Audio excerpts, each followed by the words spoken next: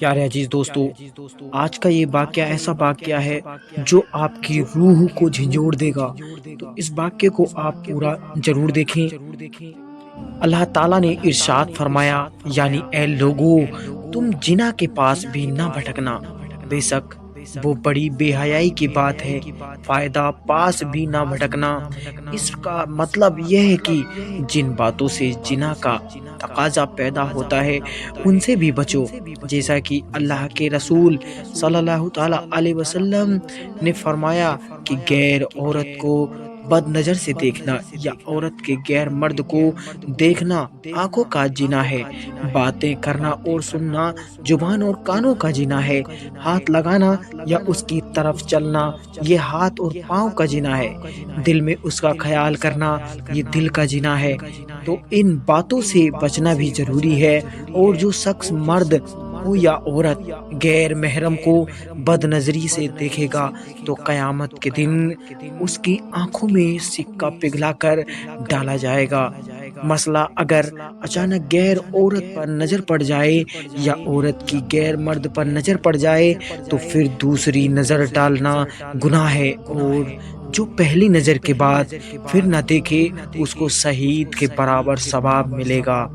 جنا کرنے والے مرد اور عورت پر اللہ اور اس کے نبی صلی اللہ تعالی علیہ وسلم نے لعنت فرمائی ہے۔ دنیا میں بھی شریعت کی طرف سے جنا کرنے کی سزا یہ ہے کہ جس کا نکاح نہ ہوا ہو، مرد ہو یا عورت، اگر وہ اس بد کام کو کرے تو ان دونوں کو 100 درے مارے جائیں گے، اور نکاح کیا ہوا ہو جو مرد یا عورت جنا کرے تو ان کو سنگسار کیا جائے گا، یعنی پتھروں سے مار دیا جائے گا۔ حضور صلی اللہ تعالی علیہ وسلم نے فرمایا ہے کہ زمین دو جگہ روتی ہے، ایک ناحق خون ہونے پر، دوسری جب خون کا پہلا قطرہ زمین پر گرتا ہے تو رو کر کہتی ہے، اے رب مجھے اجازت دے کہ میں اس قاتل کو نگل جاؤں۔ حکم ہوتا ہے کہ ذرا صبر کر، یہ تیرے ہی اندر آنے والا ہے، پھر سمجھ لینا۔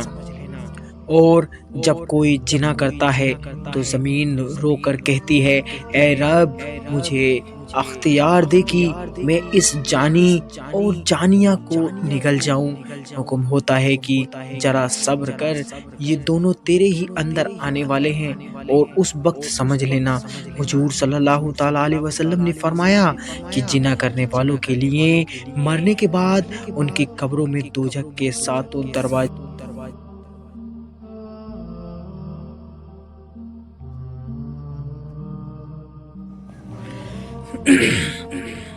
حضور صلی اللہ تعالی علیہ وسلم نے فرمایا کہ جنا کرنے والے حضور صلی اللہ تعالی علیہ وسلم نے فرمایا کہ جنا کرنے والوں کے لیے مرنے کے بعد ان کی قبروں میں دوزخ کے 7 دروازے کھول دیے جائیں گے، اور ان دروازوں سے ان کو سانپ اور بچھو آ کر ڈستے رہیں گے۔ حضرت غوث پاک کا عقیدہ ہے، یا اللہ تیری پناہ اس بے حیائی کے کام سے دنیا میں بھی ایسے آدمی بے عزت اور ذلیل ہو جاتے ہیں اور بڑی بڑی تکلیفوں میں پھنس جاتے ہیں، جیسے کسی دشمن کا ستانا، رزق کی تنگی، جان و مال کی بربادی، صحت کی کمی، بیماریوں کی زیادت، جلدی بوڑھا ہونا، منہ پر پھٹکر کا برسنا، چہرے کا بے نور اور بے رونق ہونا، بدصورتی پیدا ہونا، اللہ اور رسول کی لعنت میں داخل ہونا، نماز روزہ اور سب اچھے کاموں سے نفرت ہو جانا، اور مرنے کے بعد عذاب قبر میں پھنسنا، اور آخرت میں دوزخ کے اندر جلنا۔ اللہ کے رسول صلی اللہ تعالی علیہ وسلم نے فرمایا کہ جب مجھ کو معراج ہوئی تو میں نے دوزخ میں ایک تنور دیکھا، منہ اس کا تنگ اور پیٹ اس کا بہت چوڑا،